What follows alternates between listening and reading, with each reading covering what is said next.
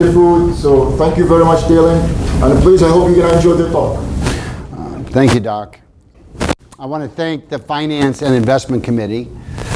You guys have merged, and talking to Doc and Dorothy, it sounds exciting what you guys are doing.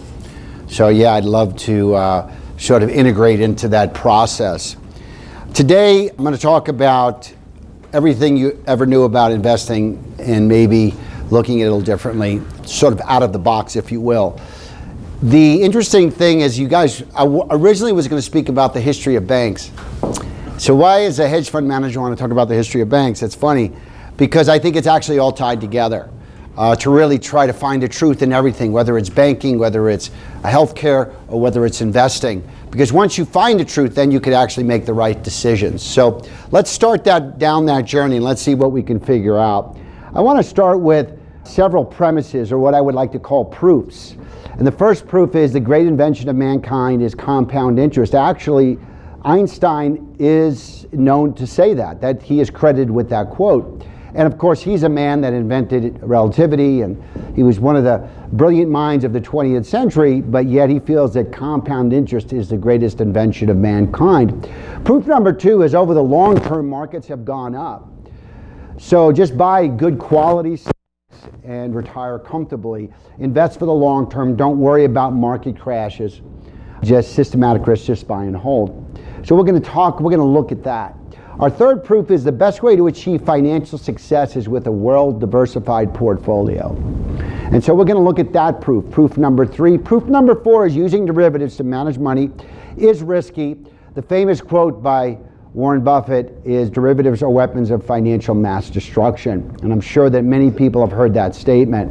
And then our last proof is using derivatives is too costly, too risky, and a waste of money.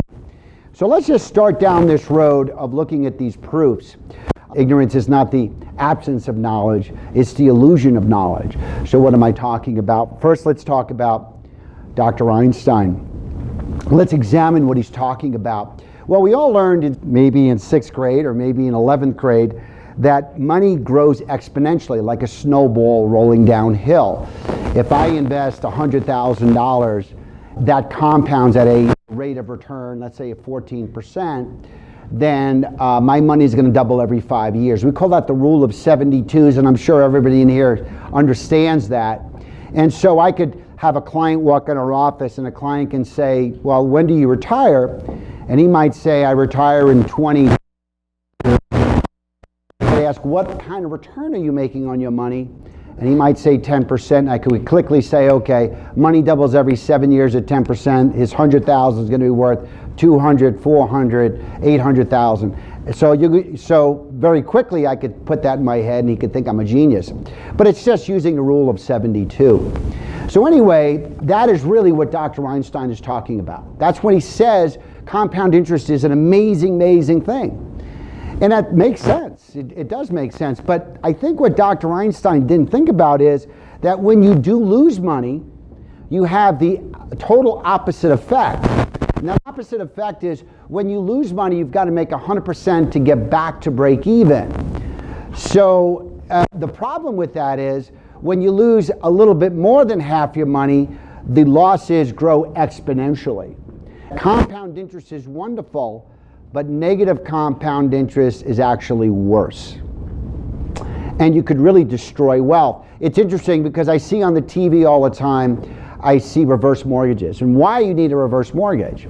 Well, a reverse mortgage is the quintessential negative compound interest tool. If you want your parents' house to go away just like that, put them into a reverse mortgage. It's a terrible investment, but I also understand why people do it. If you're starving on Social Security, then you know what? You need to do it. Forget about leaving money to your kids. I understand that.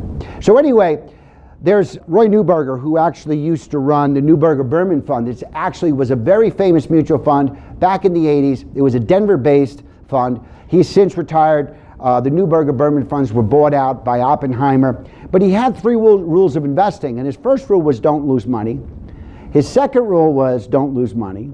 And his third rule was don't forget rule number 1 and rule number 2. So he understood how losing negative compound interest is actually the bane of our society. So the first proof in that if the greatest invention of mankind is compound interest, I would say to Dr. Einstein, if he was here today, Doc, that means that the worst invention of mankind is negative compound interest. So I would say that that proof is not valid. It only works if you're making money, and actually it's the bane of your financial portfolio if you're losing money. Okay, let's continue on to proof number 2. Proof number says that over the long term, markets have gone up, so buy quality and retire comfortably. How many would agree with that statement?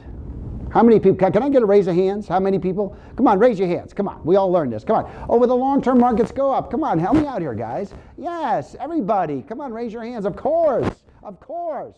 It's a true statement, right? In fact, let's look at an advertisement by Vanguard. And I got this.